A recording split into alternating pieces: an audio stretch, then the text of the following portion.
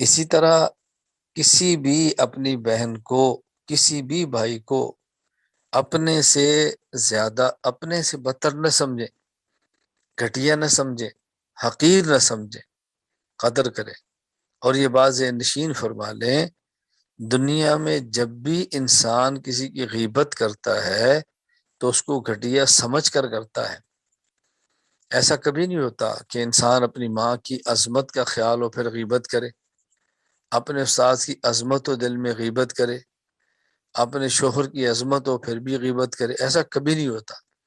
جب بھی غیبت کرتا ہے تو کسی کو گھٹیا اور حقیر سمجھ کر کرتا ہے، اور کسی کو گھٹیا اور حقیر سمجھنا کتنا بڑا جرم ہے، اللہ حفاظت فرمائے۔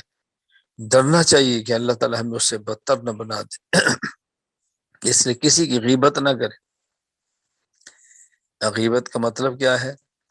کسی شخص کے خلاف ایسی بات کہنا غلط جو اس میں نہ ہو، یہ بہتان ہے۔ اور ایسی بات کہنا جو اس میں ہو، اللہ اکبر، تو یہ غیبت ہے۔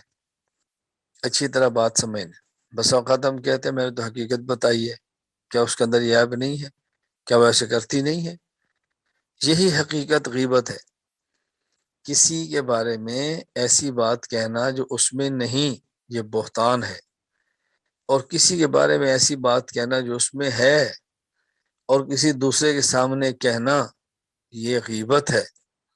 ہاں، اصلاح مقصود ہو تو الگ چیز ہے، اصلاح مقصود ہو تو الگ چیز ہے۔ اصلاح کا مطلب کیا ہے؟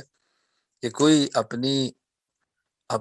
اپنی والدہ سے کہہ دے کہ امی جان فلاں بہن یہ کام کر رہی ہے تو آپ اس کو ذرا سمجھا دیں، یہ بات الگ ہے۔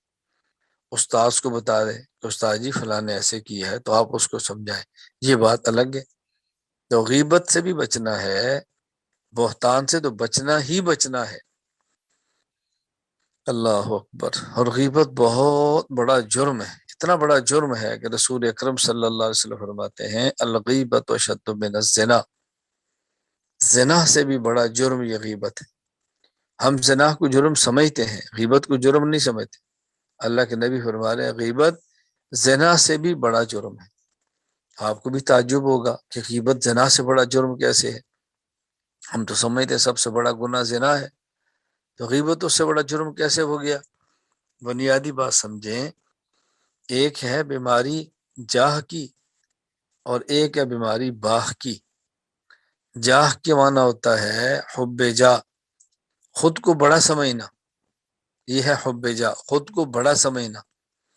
اور ایک ہے حب باہ، آدمی کے اندر شہوت، خواہش ناجائز، عورت کے مرد سے تعلقات کی خواہش، مرد کے نامحرم عورت سے تعلقات، یہ حب باہ ہے، شہوت کی بیماری۔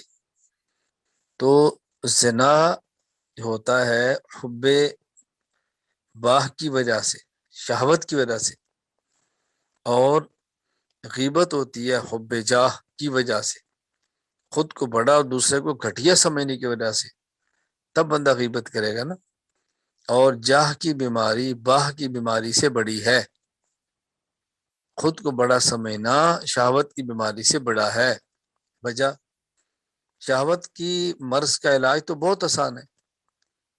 دیکھو، کوئی نامحرم کو دیکھ رہا ہے اور یہ پتہ چلے کہ مجھے دیکھ رہا ہے، فوراً دیکھنا چھوڑ دے۔